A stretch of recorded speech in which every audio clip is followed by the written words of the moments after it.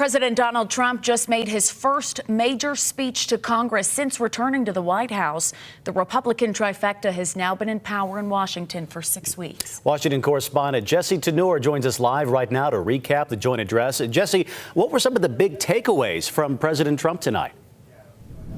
Yeah, Brian and Sarah, good evening. So President Trump received a raucous welcome from Republicans as he outlined his administration's accomplishments so far and kind of teased ahead to what's to come. But Democrats really kind of created some distractions, you could say, with various protests throughout the night.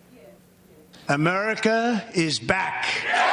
President Donald Trump gave a joint address Tuesday night to a noticeably divided Congress, after Republicans cheered the president's return. Remove this gentleman from the chamber. House Speaker Mike Johnson ordered officials to kick out Texas Democrat Congressman Al Green from the chamber. But it's worth it to let people know that there are some of us who are going to stand up against this president's desire to cut Medicaid, Medicare, and Social Security. President Trump's speech focused on a variety of topics, including the trade war he just launched against Mexico and Canada. They've allowed fentanyl to come into our country at levels never seen before. Experts say the tariffs will force consumers to pay more for things like gas, groceries, and clothing. But the president said his policies will make America affordable again. President Trump also celebrated the work of Elon Musk and Doge to fire federal workers and cut funding. Thank you, Elon. He's working very hard. And President Trump promised to continue his immigration crackdown as Vice President J.D. Vance heads to the U.S.-Mexico border Wednesday. If we truly care about protecting Americans' children, no step is more crucial than securing America's borders.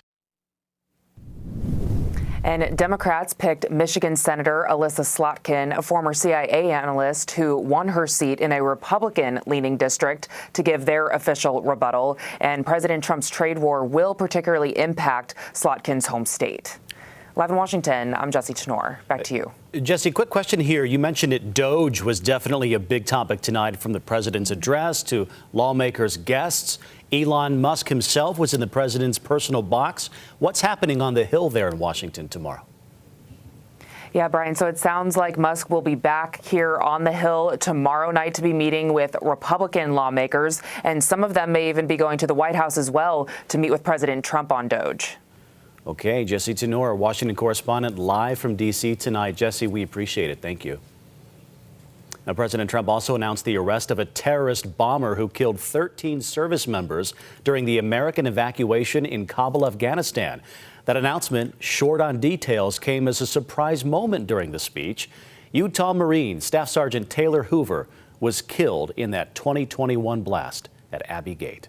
And Utah's congressional delegation shared pictures from the U.S. Capitol today as well. Senator Mike Lee live posted some of President Trump's quotes during the speech.